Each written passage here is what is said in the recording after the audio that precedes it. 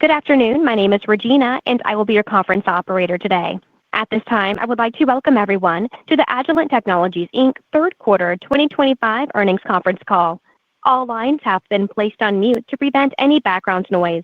After the speaker's remarks, there will be a question-and-answer session. If you'd like to ask a question during this time, simply press star followed by the number one on your telephone keypad. To withdraw your question, press star one a second time. Thank you. Parmeet Ahuja, you may begin the conference. Thank you, and welcome everyone to Agilent's conference call for the third quarter of fiscal year 2025. With me are Padraig McDonnell, Agilent President and CEO, and Rodney Gonsalves, Agilent Vice President and Interim CFO.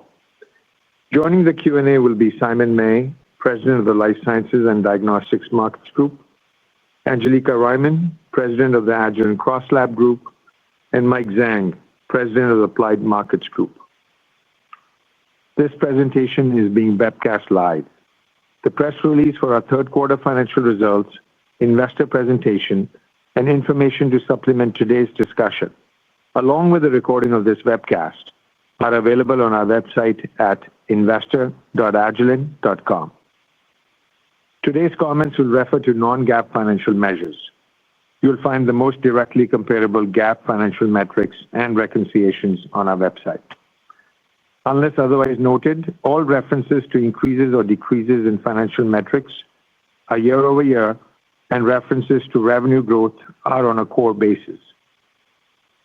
Core revenue growth is adjusted for the impact of currency exchange rates and any acquisitions and divestitures completed within the past 12 months. Guidance is based on forecasted exchange rates. As a reminder, beginning in the first quarter of fiscal 2025, we implemented certain changes to our reporting structure related to the reorganization of our three business segments. We have recast our historical segment information to reflect these changes and have provided the financial details on our website. These changes have no impact on our company's consolidated financial statements. During this call, we will also make forward-looking statements about the financial performance of the company. These statements are subject to risk and uncertainty and are only valid as of today. The company assumes no obligation to update them.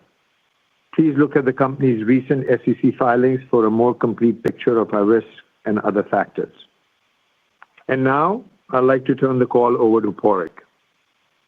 Hello everyone, and thank you for joining today's call. Agilent delivered outstanding results of $1.74 billion in revenue in the third quarter, exceeding our guidance, while continuing to transform our enterprise operating model in a highly dynamic environment. We also delivered $1.37 earnings per share in the quarter. Thank you to the Agilent team who has remained laser-focused on our customers and committed to our mission of advancing the quality of life. Our fiscal 2025 third quarter marks our fifth consecutive quarter of sequential core revenue acceleration, a testament to how we've evolved our enterprise strategy to be market-first and then realigned our businesses to our markets. For this fiscal year, we've gone from 1.2% in Q1 to 5.3% in Q2 and now 6.1% in Q3. Just as important, our two-year growth stack also is improving, showing that this is a durable momentum, not just a short-term bounce. The two-year stack is a summation of our growth over 2 consecutive years, providing a clear view of sustained performance by smoothing out short-term quarterly fluctuations. Given this strength, we are raising our fiscal 2025 full-year revenue guidance to the range of $6.91 to $6.93 billion, representing a core growth of 4.5% at the midpoint. This is a $150 million increase from our prior range at the midpoint and 1.5 percentage points of additional core growth, a clear step up in our growth outlook heading into Q4. This upgrade reflects our confidence in delivering another step up of revenue into Q4, even as we absorb the impact of tariffs this year. Our momentum is broad-based and led by our two largest end markets, pharma and chemicals and advanced materials. In Q3, both grew 9% and 10% respectively. In pharma, small molecule grew double digits, fueled by demand in downstream QA/QC and strong adoption of our Infinity III LC platform. GLP-1s also continue to drive demand, both for our leading analytical lab solutions and the unique capabilities we bring with BioVectra. In chemical and advanced materials, demand rebounded across all major geographies. This was supported by new investments in the semiconductor and chemical sector, with robust uptake in our GC and GCMS platforms. We also saw healthy contributions from our food and diagnostics and clinical end markets, and the academia and government end market returned to modest growth despite continued funding pressures in the U.S. Environmental and forensics was the only market to decline, as changes in the U.S. EPA led to some cautiousness on new capital spending. Despite this temporary headwind, our market-leading PFAS business grew low double digits globally during the quarter, against a tough compare of nearly 50% growth last year. Demand outside the Americas continued to be excellent, with broad-based growth in the low 30s. PFAS remains an excellent opportunity with strong, long-term demand drivers intact globally. Powering the strength of our execution is our Ignite enterprise operating model. This year, our value-driven approach to pricing delivered results that were twice the impact of last year. At the same time, we streamlined the enterprise by reducing management layers by more than 15%. That didn't just remove cost, it gave us speed. We're making decisions faster and empowering our teams to be agile. We're also taking a consistent enterprise-wide approach to manufacturing and procurement. These efforts already are delivering double-digit savings in key cost categories, and we see even greater opportunities ahead as we scale these practices globally. Our Ignite Tariff Task Force has shown the power of the model in action. In a highly dynamic environment, we reorganized supply chains, shifted production across our global footprint, and implemented targeted pricing actions, giving us confidence we can fully mitigate the impact of tariffs in 2026 at current rates. Ignite continues to be a differentiating growth driver for Agilent. It is proving that by embedding new tools, enhanced capabilities, and smarter ways of operating across the company, we unlock the full scale of our enterprise. That means stronger performance today and resilience and growth for tomorrow. Innovation also continues to be a major driver. Our Infinity III LC platform delivered mid-teens growth, with area adopters coming back for larger follow-on purchases based on its superior performance and productivity gains. And the Pro IQ LCMS system is tracking well ahead of our launch forecast, winning key accounts at major pharma customers. The new system's performance benchmarks open new application possibilities across pharma and biopharma and are resonating strongly with customers, as evidenced by strong funnel growth during the quarter. Also, the newly launched Dako Omnis family brings our gold standard, fully automated pathology platform to a broader range of lab sizes, capturing a new market segments and strengthening our diagnostics portfolio. Together, these platforms are not just driving near-term revenue, they're continuing to build a foundation for sustained growth into FY26 and beyond. This growth is supported by a strong funnel and accelerating customer adoption across our portfolio, demonstrated by an instrument book-to-bill above 1 for the last 6 quarters. Importantly, we expect Q4 to be our largest revenue quarter of the year, with core growth of 5.4% and revenue of nearly $100 million higher than Q3 at the midpoint of our guidance. Our sequential momentum and 2-year growth stack remains solid, and combined performance of the second half provides a sound foundation as we look into FY26. The growth we expect in Q4 is underpinned by healthy demand for key platforms, strong funnel conversion, and broad-based strength across our end markets. The latest industry data is evidence of our continued superior commercial execution, with market share gains across all major geographies. The combination of strong top-line performance and stable operating margin means we have successfully delivered to our bottom-line commitments throughout the year. However, we did have higher expectations for margin improvement in the quarter. The increasing revenue growth also comes with additional tariff expenses and higher variable pay. We've invested in our commercial capabilities to support our growth now and into the future. For the fourth quarter, we expect to deliver significant sequential margin improvement, as increasing revenue combined with additional Ignite benefits will result in accelerated profit leverage. Rodney will provide some additional details in his remarks. Now, let me tell you more about why our Q3 was so strong. Starting in our largest end market, pharma, we grew 9% during the quarter and continue to see steady improvement we referenced for several quarters now. This quarter, We saw positive momentum in funnel conversion as lab managers are increasingly able to access and spend their available capital budgets. There is reduced dependence on executive-level approvals that have slowed or stopped spending in the recent past. Our long-time lab-wide enterprise service relationships with large pharma enable us to capitalize on these improving conditions with deeper visibility into customer needs.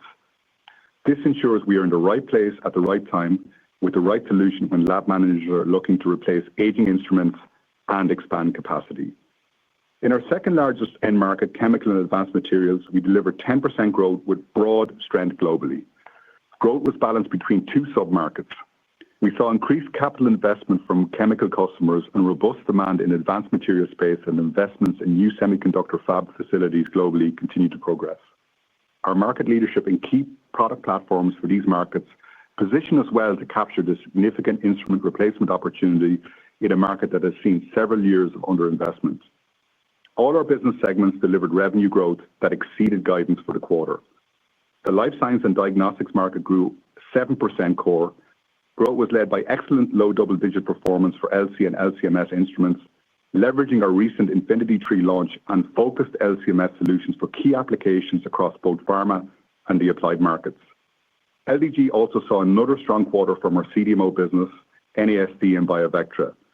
NASD grew in the high 20s as we see continued growing demand for siRNA modalities in clinical and commercial programs.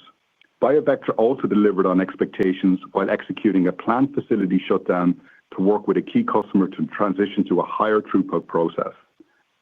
In the applied markets group, growth of 5% was also ahead of expectations. Breaking down the performance, our market-leading platforms, GC, GCMS, and spectroscopy, delivered strong growth in Q3 with encouraging momentum in the chemicals and advanced materials, food, and pharma markets.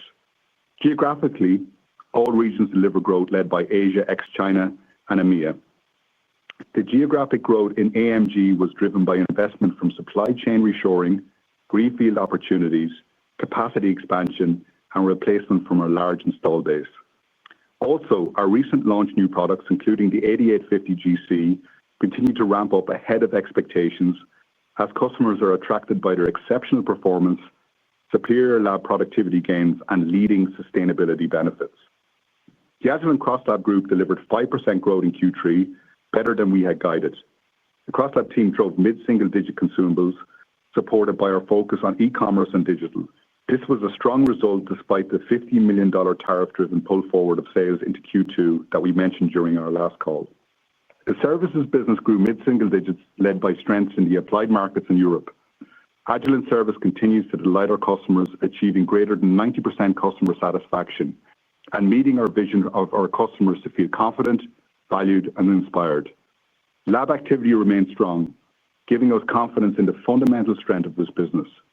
Plus, the increasing pace of instrument sales for replacement of aging fleets and labs where capital budgets have been reduced or withheld, expansion for new capacity, and growing demand for automation bodes well for CrossLab business into the future.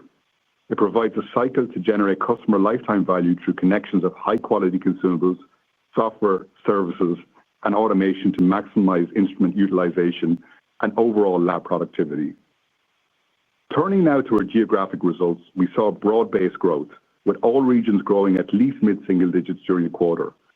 Our business in Asia, ex-China, continues to capitalize on opportunities from reshoring of supply chains, growing 10%.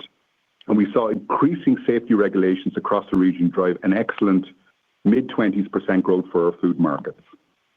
Within the region, India continued to lead the way with broad strength across our end markets, resulting in 20% overall growth. We are seeing great success with the Infinity III as existing and new customers in pharma QA/QC environments look to benefit from its productivity improvements. As the country invests to build domestic semiconductor and EV manufacturing capabilities, we are seeing increased demand for our solutions in these markets. India is a strategic growth market for Agilent. As part of our increasing investments there, I visited India in July to open Agilent's Biopharma Experience Center in Hyderabad. This center will bring together advanced lab technologies, expert training, and regulatory-ready workflows to help researchers, scientists, and companies develop high-quality, life-saving medicines faster and more efficiently. In Europe, growth of 7% was also broad-based, with double-digit growth in pharma and food, and high single-digit results in chemical and advanced materials and academia and government. In China, results continued to be stable as expected, growing 4% during Q3. We saw some government funding flow to some of our academia and government customers during the quarter. Based on our interactions with customers and local officials, we continue to expect a more meaningful stimulus impact towards the end of this calendar year, primarily in our applied markets. In the U.S., the challenging conditions for biopharma spending and in academia and government space persisted. Outside of those areas, we saw nice low double-digit growth in small molecule pharma and chemicals and advanced materials. Improved capital spending has driven instrument placements, leading to a 5% growth in the Americas in the quarter. We continue to meet the challenge presented by the dynamic environment for global trade. Tariff expenses were higher than our prior expectations as we saw a meaningful increase in shipment volumes and increased inventory to support Q4 growth. We continue to leverage our unique Ignite enterprise operating model to optimize our use of global production networks, manage our diversified supply chain to optimize materials cost, and where required, make pricing adjustments to offset added costs. Leveraging Ignite, we still expect that we will fully mitigate the impact of tariffs either through avoidance or other offsetting opportunities in FY26. And before I hand it over, I want to take a moment to introduce Rodney. Some of you might know him from a period where he led Agilent's investor relations team. For those who do not, Rodney has been an integral part of the finance leadership team at Agilent for many years. He has been a principal accounting officer for the last 10 years, while also leading our FP&A team. I am delighted at how he's been able to seamlessly step in and lead our finance organization while we conduct a thorough search for our next CFO. Rodney will share further details about our Q3 results and guidance for Q4 and the full year. Thanks, Padraig, and good afternoon, everyone. In my comments today, I will provide additional details on revenue in the quarter, as well as walk through the income statement and cover other key financial metrics. I'll then cover our updated full year and fourth quarter guidance.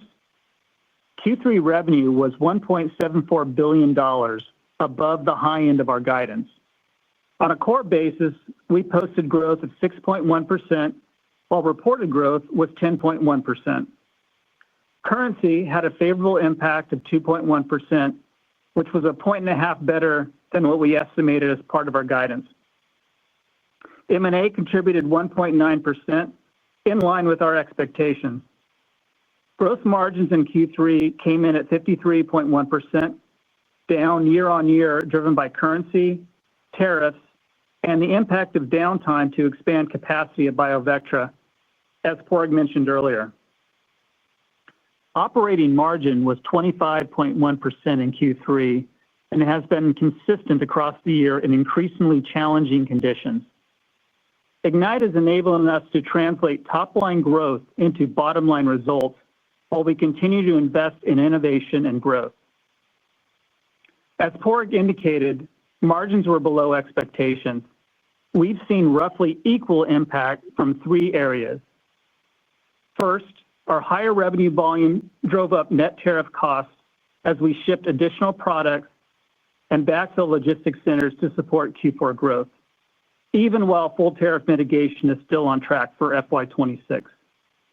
Next, we increased variable pay expectations, with higher awards driven by stronger business performance, consistent with our pay-for-performance culture. Finally, we invested incremental commercial spend required to support short and long-term revenue growth, including for critical product launches and improving our geographical coverage. For Q4, we are targeting a sequential operating margin improvement of approximately 230 basis points. We expect most of this improvement to come from leveraging our fixed costs as we drive another sequential increase in volume. We are also getting meaningful contribution from both excellent margin conversion on the significant step-up in CDMO revenue in Q4 and delivering another step-up in Ignite benefits, with a partial offset due to higher tariff costs. Now, moving below the line, we had $6 million of income, while our tax rate of 12% was as expected, and we had 285 million diluted shares outstanding in the quarter. Putting it all together, Q3 earnings per share were $1.37. That was at the high end of our expectations and grew 4% from a year ago. Now let me turn to cash flow and the balance sheet. Operating cash was $362 million in the quarter, down versus last year as working capital was up on volume growth and tariff-related inventory build. We also incurred severance costs related to our organizational efficiency efforts. Additionally, we invested $103 million in capital expenditures. We purchased 85 million shares and paid out $71 million in dividends during the quarter. And we ended the quarter with a net leverage ratio of 0.9, so we continue to have a very strong balance sheet. Now let's move on to the outlook for the fourth quarter. We expect Q4 revenue to be in the range of $1.82 to $1.84 billion. This represents an increase of 4.8% to 6% on a core basis and 7.1% to 8.3% on a reported basis.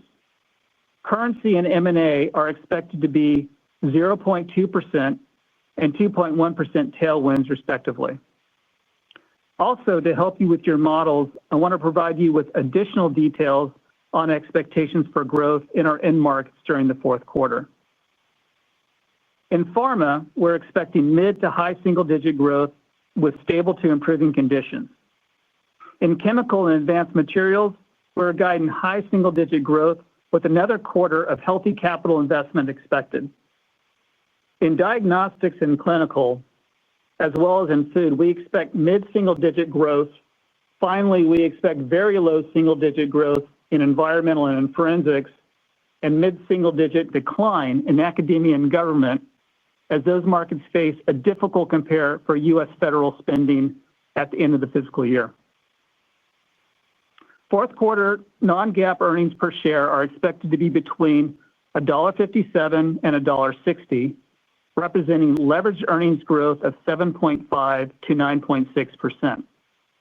We expect a 12% tax rate, $9 million in other income, and 284 million diluted shares outstanding. Turning to the full year, as Padraig mentioned earlier, we are raising our revenue outlook. We now expect our full-year reported revenue to be in the range of $6.91 to $6.93 billion. This represents an increase of 4.3% to 4.6% on a core basis and 6.2% to 6.5% on a reported basis. Currency is now expected to represent a small headwind for the year, while we expect a 2% revenue impact from M&A. Our full-year EPS guidance is now $5.56 to $5.59, unchanged at the midpoint versus our prior guidance. And we continue to offset additional tariff costs across the second half. This represents a year-on-year increase of 5.1% to 5.7%. For clarity, let me briefly summarize the updated tariff assumptions that we incorporated in our FY25 guidance. Based on the rates currently in place, we are now anticipating $20 million net costs for the year, up from the minimal impact we guided in May. This increase is due to our better-than-expected revenue performance across the second half, as well as the 50% tariff increase on imports from Europe announced at the beginning of the month. Strong demand for our LC products that are currently produced in Europe until U.S.-based production begins to scale later this quarter also amplifies the impact of the recent European tariff increase. Finally, for your modeling, we are now projecting an increase of other income and expense to $26 million in income, along with a 12% tax rate for the year and 285 million diluted shares outstanding. Now, I'd like to turn the call back to Padraig for closing comments. Padraig? Thanks, Rodney. These strong results are a testament to the progress we've made as a company over the past year. We are encouraged by the growth momentum we have created and look forward to building on that success next quarter and into the future. Thank you for your attention. I'll hand over now to Parmeet to kick off our Q&A. Parmeet? Thanks, Padraig. Operator, if you could please provide instructions for Q&A now. At this time, I'd like to remind everyone, in order to ask a question, press star, then the number 1 on your telephone keypad. Our first question will come from the line of Dan Brennan with TD Cowen. Please go ahead. Great. Thank you. Thanks for the questions. Maybe just the first one on the margins, since obviously top line really strong, but the margins were light as you kind of spoke to them. Can you just unpack the three variables you kind of highlighted? Kind of how much are you spending? How much are you buying more inventory for yourselves? How much was that a factor? And question, the topic number 2 and 3, variable pay and incremental spend. I'm just wondering, what the return on that is, as we think about the 4Q guide and we think about jumping off into 26. Do some of those investments benefit you in 26? So any help on kind of unpacking those, and then I have a follow-up. Yeah, thanks, Dan. So first of all, really committed to our long-term commitment goals around margins. And, as tariffs along with related logistics costs were the biggest single impact that we had in 25. And I want to kind of be clear that the headwind will peak in Q4, and the net impact in dollars will trend downwards at the start of 26 and will fully mitigate tariffs in 26. But to your question about the area, so it's higher tariffs driven by higher than expected volumes, incremental commercial investment, and higher variable pay in equal measure. Let me talk a little bit about the commercial investments and why we're doing it. So you see the demand and the revenue is demand for replacement cycles, and our markets are going up. We've, of course, did a lot of work on our commercial org over the years and making it effective. But now is the time to invest for this demand that's going to go into 26 to make sure we can capture it and increase our market share, which we're already doing on it. So I don't know, Rodney, if you want to give any more color on that, but that's how it breaks out. No, I think, Padraig, those are very good points in terms of why we were below our expectation for the quarter. When we look at it from a year-on-year basis, we were down about 230 basis points. Again, the big thing was tariffs and logistics-related costs associated with those tariffs. And that totaled to be about 200 basis points on a year-on-year basis. It was pretty significant. On top of that, we saw the effects of currency and also the effects of the BioVectra shutdown. So when you look at all those pieces together, that's why we saw our operating margins decline about 230 basis points year-on-year. Got it. Okay. I know there'll be a bunch of more questions there, but maybe just a second one, just on pharma. Super strong. I think I heard NASD growing kind of north of 20%. So can you just unpack a little bit on, what the outlook calls for NASD kind of in the back half of the year and as we look ahead? And then I know you gave some color on, large pharma being strong, but sounds like there's still some headwinds with biologics. Maybe just some more color underneath the hood, what you're seeing in pharma and kind of how we think about, the pharma outlook from here. No problem, Dan. I'll kick it off and I'll hand over to Simon about NASD. So pharma, it's our largest end market, grew 9% overall. Small molecule grew double digits. And that was really fueled by demand for downstream QA/QC, strong adoption and an increasing replacement cycle of the Infinity Tree, which is now mid-teens in terms of growth. And what we're seeing from the Infinity Tree is actually early adopters coming back for larger purchases, which is really positive. On the biopharma side, we saw high single digits overall. Ex-NASD were flat. And that's really around U.S. biopharma spending continues to be muted, which was expected. But what we're seeing really in the market is we're not seeing any concerns translate into negative impact around MFN or tariffs at all. But we have early indications of a standard year end in terms of customer spend in pharma. So customer budgets have really started to normalize, and customers are asking for larger quotes to spend by the year end. And if you think about the three major drivers in pharma, really you're seeing three big areas. Global redistribution of small molecule supply chain, which is a net tailwind for us, which is really important on downstream. Manufacturing capacity investments, we're seeing that in Americas, Asia, and then Europe, driven by blockbuster success and GLP-1s, etc., but also macroeconomic conditions. And you do see capital budgets in biopharma remain conservative with venture capital funding. But we do think over time, as interest rates come down, that will be released steadily over time. But on the NASD part, I'm going to hand it over to Simon. Yeah, thanks, Padraig. I'd say for NASD, we were very happy with the quarter overall, and we continue to be very happy with the momentum we see for NASD, both as we move towards the end of the year and into 2026. As I think we mentioned in the script, we saw really robust revenue growth well into the 20s for NASD It was also another really solid quarter with orders. And as we look at some of the macros that we're seeing out in the field as well, it was a very notable quarter in terms of some approvals and label expansions that we saw out in the marketplace, which really just emphasized the confidence that we have in this therapeutic modality and also our capabilities to capitalize therein. So as we put it all together, we're happy with the momentum that we have coming into the end of the year. I think we've said previously for the full year, we're looking at high single digit, nudging double digit. I'd say we're increasingly confident now where the double digit full year outlook is concerned.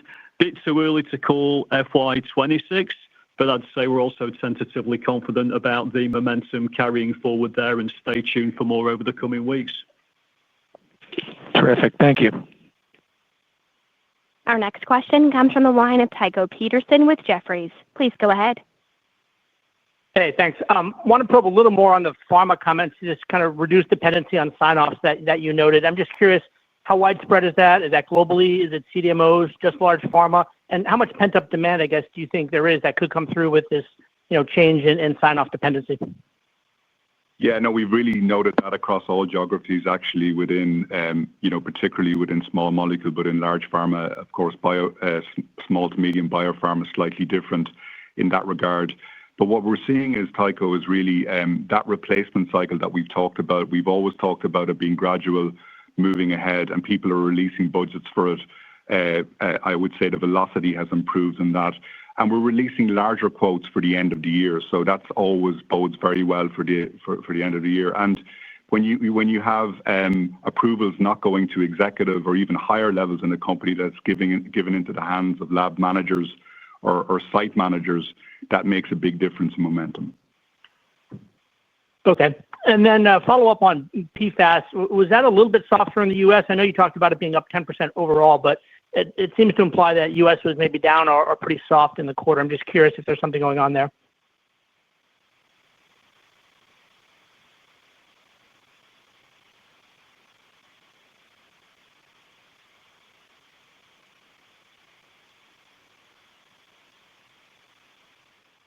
Did you get that? Oh, sorry, maybe you can't hear me now, but I'll repeat that. So low double-digit growth overall in Q3, which is a solid result, 50% year-to-date growth. It remains a really strong opportunity. In Americas, we were down 20%, and that was really around the U.S. EPA changes that drove impact. No policy change that impacts the volume of testing, but uncertainty around CapEx spend and increasing clarity around the EPA changes will mean there's a little bit of a question over Q4 and Q1, but overall, I would say PFAS is going extremely well around the globe. Okay. Maybe just one last quick one. The commercial investments that you flagged, when did you decide to move forward with those, and why weren't they baked into the guide? Yeah, so look at it. You deal with what's in front of you, and when you see your momentum in terms of orders, and we had we spent many years transforming our commercial organization into one central area globally. We have a number of product launches that are coming out, and we're way ahead of our ramp to volumes, both on the Infinity III and, for example, on the Pro IQ LCMS. So it was really a dynamic situation, and having come from commercial and experience over many, many years, you need to get investment in early when the markets start to come back and you have opportunities, because it's a very competitive place. We want to gain share not only in our accounts but in competitor accounts, and we want to continue to raise our ability to have technical expertise in the field to really help with that. Okay, thanks.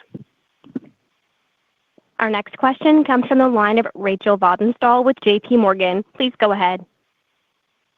Perfect. Good afternoon. Thanks so much for taking the questions. I just wanted to push on 2026 expectations here. If we look at your fourth quarter guide, the midpoint really implies around like a 5.5% organic growth rate at the midpoint, and it looks like consensus is right around that number for next year as well. So can you just walk us through the moving pieces on 2026? Is taking that fourth quarter number and rolling it into next year a reasonable starting point, or are there other things that we should be thinking of? Yeah, I'll start off and I'll hand it over to Rodney. I think, of course, it's too early to give out any detail on the guide for 26. But on the revenue side, let me talk about revenue and margins. And revenue, the second half of 25 was meaningfully stronger than the first. and that provides a really positive indication momentum into 2026. And while of course we need to remain mindful of the broader economic environment and more challenging comps, we do see this as a solid foundation for growth. And on the margin side, we've addressed many of the challenges in 2025, and tariffs being the largest. And we expect tariffs to be fully mitigated within the year, and that should provide a tailwind. And of course, we have Ignite that's going to drive us forward on it. But Rodney, I don't know if you want to give more color around 26. Yeah, Padraig, I think you mentioned some of the tailwinds that we saw, particularly on the margin side. Both as we continue to mitigate tariffs, we will see improvement from a margin perspective as we go into 26. I think the other thing is, as you mentioned, we'll continue to see savings associated with Ignite. One of the things we still need to be factoring in is what kind of cost increases we may be seeing from our suppliers. So that would be a bit of a tailwind that we're still looking at.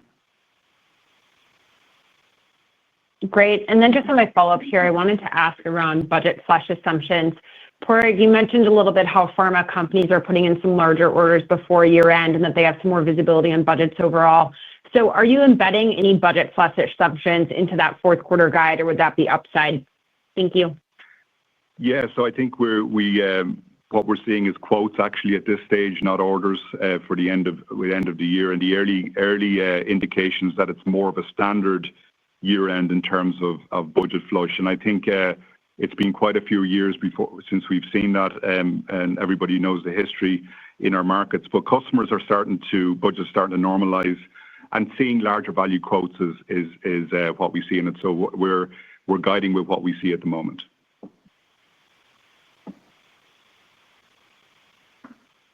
Our next question will come from the line of Michael Ryskin with Bank of America. Please go ahead. Great. Thanks for taking the question. I want to touch on chemicals and advanced materials. Really strong quarter there, and kind of up on it being pretty broad-based. We've had some more mixed data points there, so that was a little bit of a surprise. Could you just talk a little bit more about where you saw geographically, sort of what gives you confidence that there was no pull forward, and that's a little bit more sustainable going forward? Yeah, thanks for the question. I think it's been fantastic in terms of growth, 10% growth in Q3, broad-based, 10% in chemicals and advanced materials.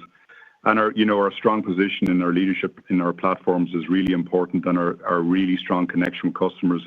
But really driven by three areas, I would say, in Q3. I think capacity growth from supply chain regionalization is very true for that market. Greenfield investments, by the way, in both broad chemicals and advanced materials. And actually replacement momentum. We've often talked about this a lot, that it's not only LC replacement cycles that are important, but we're now starting to see replacement investments as we go forward on it. And it's driven, I would say, by the chemical sector continuing to lead by driving demand in downstream industries like semiconductor, and of course energy growth in AFO, which is going to continue, in the Americas that's going to continue. So I think overall, I think we're really pleased with results. We see that continuing, and we see that continuing particularly in both of those areas as we go forward. Okay.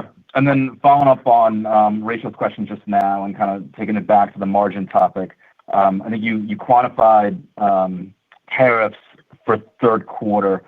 Could you remind us what the tariff hit is on the margin line for all of fiscal year 2025? And then when you talk about fully mitigating for next year, it's just making sure the simple math is we're just kind of assuming that at least that much is how much comes back next year on the gross margin line. Is that the right way to think about it when you talk about being able to offset for next year? Yeah, so I think you're thinking about it the right way. I think we focused in three areas on the tariff side with mitigation, leveraging existing manufacturing footprint around the globe, working with suppliers to relocate manufacturing locations to minimize tariffs, and of course targeted pricing changes. And we see the most critical activities implemented by Q4 and ramping through 26. But the key element of our mitigation that it will be implemented by the end of fiscal 25 and will ramp through 26. So I think, Rodney, I don't know if you want to add any color to that, but that's how we see it. Yeah. I think the only other point, Padraig, is that, we recognized about $35 million. We were originally looking at about $25 million in tariff costs in the third quarter. That's up about $10 million, and we expect the same level in the fourth quarter. so $70 million for the second half. And again, we have a lot of our actions. Most of our planned mitigation actions will be implemented by the end of this quarter, and so we should start seeing that the impact to our gross margins as we start moving into Q1 and through 2026. Okay, so $70 million for the year for 2025. All right, thanks. Our next question comes from the line of Patrick Donnelly with Citi. Please go ahead. Thanks for the questions. Maybe to stay on that same topic there that Mike was on the margin side, I guess given that tariff piece, given Ignite, obviously some temporary costs in this quarter impacting the margins. Padraig, I know when we've talked in the past, you've always kind of said, hey, there's a reason we put the plus sign on the margin algorithm for the out years. I guess, is next year setting up that it has that potential to be an outsized margin year given kind of the headwinds this year that will not recur next year? Just try to frame that, if you are able to grow, call it over 5%, it feels like it has that potential, but just want to see if that makes sense and see if you could throw some numbers around it. Yeah, look, there's three really key tailwinds. I think, Ignite continues to drive gains. We've delivered a lot of gains over it. Tariff mitigations will be higher and will ramp through the year. And the volume should be really a helper on it. So overall, I think we're in good shape. Of course, it's too early to guide on it and to say what it's going to be. But Ignite is there for a reason. We put out 100 basis points plus for a reason, and we still feel very, very good about that as we go forward. I will say also, if you look at Q4 margins, Patrick, it's something to be really clear about is that are expected to really increase versus Q3. We're expecting a 200 basis point sequential margin improvement from Q3 to Q4 when Q2 to Q3 was flat. And that's going to be driven by leverage on sequential uptick in revenue in Q4, which we have a good line of sight of. And I think while revenue increased sequentially, the full quarter tariffs along with currencies were headwinds that offset against it and the incremental Ignite savings. But I think for next year, we're in good shape. Okay, that's helpful. And then I guess maybe just in the quarter, what you saw on kind of the pricing side, it's definitely a question we get. I think people are just seeing the margins and wondering if pricing is a part of that. So if you could just talk about what you saw on pricing versus volume in the quarter and expectations going forward, that would be helpful. Thanks, Padraig. Yeah, Rodney, you want to take this one? Yeah, I'll take this one. Yeah, we're actually starting to see some more movement in our pricing. And for the quarter, we saw about 100 basis points improvement in pricing. Okay, thanks. Our next question comes from the line of Jack Meehan with Nephron Research. Please go ahead. Thank you. Good afternoon.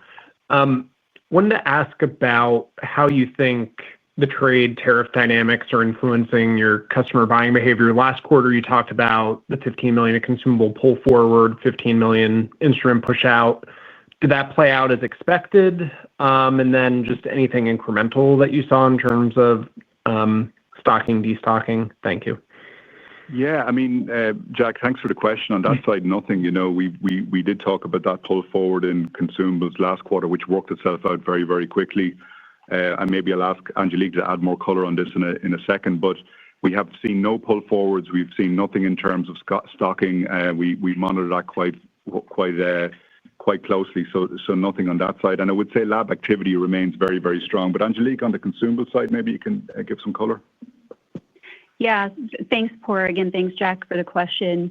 As Padraig's already said, we had the pull-through in Q2, but we had mid-single-digit growth in Q3, which is no indication of any further pull forwards. The lab activity we're seeing is continuing to support the demand here, no doubt about it. We had good growth across all of our end markets and across our regions. So we're continuing to see strong lab activity driving strong recurring revenue demands. Great. And we expect that to continue. Okay. And then an unrelated question. Was curious about the China diagnostics market. Saw the reference to Dako ex-China. Getting a lot of questions around VBP and DRG just for the universe, broadly speaking. Do you mind just reminding us what your exposure is to China diagnostics and what, if any, you're seeing in regard to those topics? Yeah. So, I mean, our exposure is very low in China in terms of diagnostics. It's a very stable business as we go forward on it. But Simon, you want to give some color on the China story with VBB? We're not really being impacted by it. I think the long story short is that we've seen minimal impact so far. As we look at our diagnostic tools in China, we do see some local vendors there. But where Agilent's product offering is concerned, we're really serving more advanced staining applications. And I think we've got a pretty esoteric product offering and menu there. So there's pressure, but I don't think we've really seen that trickle through in a meaningful way. All right. Thank you, guys. Our next question comes from the line of Vijay Kumar with Evercore ISI. Please go ahead. Hi, Padraig. Thanks for taking my question, and congrats on a nice top-line print here. Maybe on the top-line question here. I think last quarter, in second quarter, there was some instrument impact, if memory serves me correct. Did CQ benefit from timing element here on instrument side? The sort of another related to that top-line question is you mentioned tariff rate. When you say pricing benefit, are you including surcharges as part of pricing? Could that explain part of what we're seeing here in the margins? How much of this core beat was tariff surcharge related in the instrument catch-up from prior quarter? Yeah, no, thanks, Vijay. Just a few points on the instrument side. Firstly, I think we've seen a steady improvement in replacements.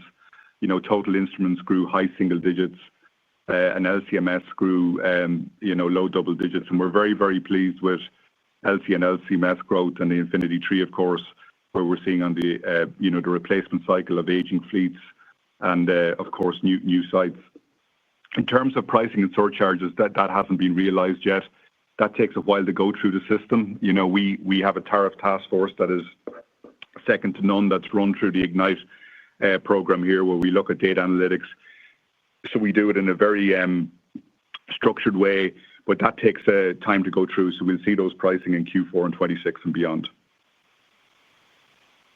That's helpful. Off of the topic on fiscal 26 comment, Padraig, I think one of your peers, they sort of hinted at end market growth perhaps being in the low single digit range, maybe with some share gains, perhaps pointing to like 4+. How is that a reasonable framework on how we should think about Agilent, or are there anything that's unique, whether it's your chemical exposure or China, anything that's that makes Agilent different versus how some of your peers have commented about fiscal 26? Yeah, look, I think we feel very positive about 26 across all of our markets. You see the momentum this time through applied and the pharma side, driven by the top line. We think we're going to see that continue over time. I think as you look at different areas, what makes us different, I think China, there's going to be a large stimulus order coming towards the end of the year. We've been highly successful in that in the past. We've kept very focused with our teams there. So we expect China to kind of continually improve through 26. And of course, that area is really important. And I think as well, CDMO makes us very different. 20% growth in NASD.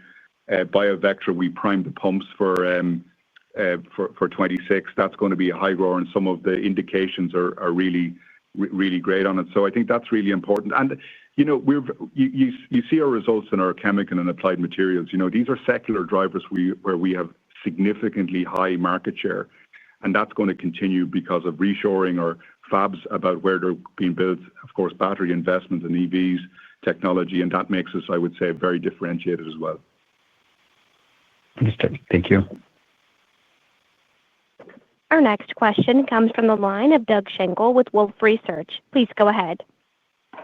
Hey, good afternoon, everybody, and thank you for taking my questions. I want to start on guidance philosophy. So on one hand, I know you guys know that it's particularly important to set financial targets at levels that are especially de-risked, given how difficult the last few years have been across the tool space. On the other hand, you clearly had a lot of strength in the quarter, and you seemingly have really strong momentum heading into year-end. how do you balance momentum and strength with the goal of maybe skewing the error bars around your guidance targets to the upside? Maybe asked a different way, how would you describe your visibility on hitting these targets heading into year-end? So heading into year-end, we have very good visibility. I think particularly on the order book and what we put out on our guide both on revenue and margins. I think 26, we don't give out guide, as you know, Doug, on it, but we do see that this positive momentum is not going to just stop at the end of 25. We're going to continue to see it. Now, what that relates to guide, and of course, a lot can happen between now and the end of our fiscal year in the macro environment, tariffs, etc. So we'll be giving guidance in the next half. But it is something we want to be, as usual in Agilent, we want to be very clear about what we're putting out at the end of the year, and it's clear and it's achievable and going forward on it. So we'll have more next quarter on that one. Okay. Thank you very much for that. And then the next topic I wanted to talk about is capital deployment. So I think your net leverage ratio was 0.9 times, just under 1. How are you thinking about capital deployment? It seems like you're feeling better about what you can control and maybe even your ability to navigate some of the things that are outside of your control from a policy standpoint. So if that's right, how does that impact your thoughts on M&A and/or accelerating buybacks beyond dilution mitigation? And kind of related to that, how would you describe organizational readiness for something bigger, given how many changes have occurred in leadership over the past year? Thank you. Yeah, so let me talk about the last one first because I think it's a great point. If you see how Ignite is running inside and about how we're being able to execute inside, I think that has usages beyond Agilent if we do acquisitions in the future, whatever size they will be. So I think our readiness is extremely high on it. Our priorities are not overall changing, but we do expect M&A to be a more meaningful part of our capital deployment going forward.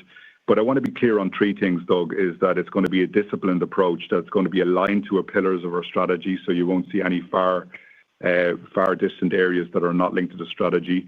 We're going to be focusing on growth opportunities and, of course, value to shareholders. So if you came into our business development sections, we have a small list of very high-quality topics we're talking about. But also internally, we're investing back in the business.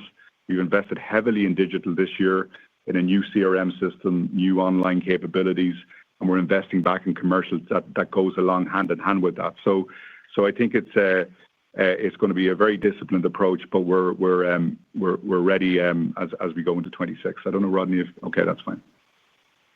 Okay, thank you again, Padraig. Thanks, Doug. Our next question comes from the line of Puneet Souda with Leerink Partners. Please go ahead. Yeah, hi, Padraig and team. Thanks for taking my questions. First one really on the momentum or a change in momentum. If you saw that between July and August, you are clearly pointing to a strong book-to-bill for the last couple of quarters, but just trying to get a sense of if there is an acceleration in the near term, and obviously you're seeing a normal budget flush, replacement cycle is working. So just want to get a sense of is there something you saw differently in August, and if you could double click on the pharma versus the CAM side of the end markets where you're seeing more stronger pickup. Thank you. Yeah, so I think we definitely saw a pickup, and it's reflected, of course, in the numbers that we've seen. We've seen a pickup in quoting activity. We saw a significant pickup in replacement cycle. Although it's gradual over time, we did see that in July and August that people are replacing their systems, aging fleets. And then, of course, this new greenfield opportunity that you see in both markets, pharma and in chemical and advanced materials benefiting from that. So I would say that overall, really good. Our book-to-bill is greater than 1. That continues on that side. Our win rates are extremely good. Our market share gain, which is a little bit offset a few months ago, we're gaining across the board in all platforms and geographies. So it is positive. Now, of course, people have quotes for the end of the year, and we expect we weight those quotes in terms of what we expect to come in, and that's leading to more of a standard year-end capex area on it. So And just to finish off, I would say if you look at it, pharma and chemical and applied, or chemical advanced materials applied, it's actually the momentum in both of those major markets is pretty similar. You got a replacement cycle starting on the applied side, probably a little bit later than the pharma side, and then you're into well into the first innings of a replacement cycle on the LC side. So that's what we're seeing, but driven as well, by adoption of our new platforms, the new LCMS, the Pro IQ, and the Infinity III really making a difference in customer spending patterns. Got it. And then just follow up on China. Can you just elaborate a bit on what you're seeing in their quarter in China in third quarter? And you talked about stimulus coming through. Maybe just give us a sense of is that driven by more from quoting activity? Is that what gives you that confidence and sort of the magnitude of it? Thank you. Yeah, so I start off and I'm going to hand over to Mike on the stimulus topic because he's quite close to it. So two of the largest end markets, led the results in the quarter. We saw small molecule continues to grow. We grew about 6%. Biopharma grew mid-single digits. And we saw that through particular focus on innovative biopharma, right? So ADCs, oligos, and GLP-1s. The CAM market in China grew low teens. And that was led in two areas. Petrochemicals continued to benefit from lower crude oil prices. So that's very beneficial to it. And with advanced materials, China continues to build out their domestic semiconductor ecosystem, which is really important. There is a new development within China where there's unleashing what is called a new quality productive forces policy, which is around innovation and investing in innovation. And that's going to be launched by central government. That's going to increase the pace of innovation across many industries. And we're extremely well poised to benefit from that because we've invested in a solution center and a lab productivity center that really fits in that. And we've actually seen some of the orders or quotes for that going out. But overall, I think China's stable. We see that kind of improving as we go into 26 because of those drivers. But on the stimulus, Mike, do you want to talk a little bit about what you're seeing right now? Yeah, Porg. First of all, we have a very strong relationship with customers, and we are working with customers very closely, continue to support the customer as they prepare for the investment, and we continue to build strong funnels. Obviously, it takes time to materialize, but we're still very excited about the potential. And if you look at the track record, we have very strong and a high win rate. So we're very excited about that potential. Okay, thank you. Our next question comes from the line of Dan Leonard with UBS. Please go ahead. Thank you. My first question is a clarification on the pricing front. Rodney, I think you said pricing was a 100 basis point year-over-year tailwind, but Porg, you also mentioned that value-driven pricing was double the impact of the prior year. So can you help me reconcile those two comments? I thought pricing might have been a bit better a year ago. This is Rodney. No, it was about 50 basis points last year on year, and as I said earlier, about 100 basis points this year. Okay, that's square. Thank you. And then just my follow-up question here. I don't think I've heard you talk so much about the replacement opportunity in the chemical market since the launch of the Intuvo, and that was a very long time ago. So can you maybe help frame that replacement opportunity that you're alluding to, Porg? Yeah, for sure. I'm going to bring in Mike here on the AMG side to talk about that. Yeah. First of all, as Porg just highlighted, we have a very strong market share in this market, and we have a very large install base. Intuvo certainly is a great innovation, but we continue to evolve innovation that we have created from Intuvo. We continue to put that into the current platforms, and we are seeing a lot of momentum, as you can tell, because the customer continue to improve the productivities. They're embracing the new technologies. But I think what's more important, let me take the new GC we just launched as an example, like 8050 GC. It's a perfect replacement, right, to advance the technologies and productivity, sustainability that customers are looking for from us. So overall, I think you have to remember our strong position in the market, our very strong portfolios, our continuous innovation. But what's more exciting that we have a strong pipeline innovation to drive as this replacement cycle continue to accelerate. Mr. Ahuja, I'll turn the call back over to you. Thanks, Regina, and thanks everyone for joining the call today. With that, we'd like to end the call. Have a good rest of the day, everyone. This concludes today's conference call. You may now disconnect.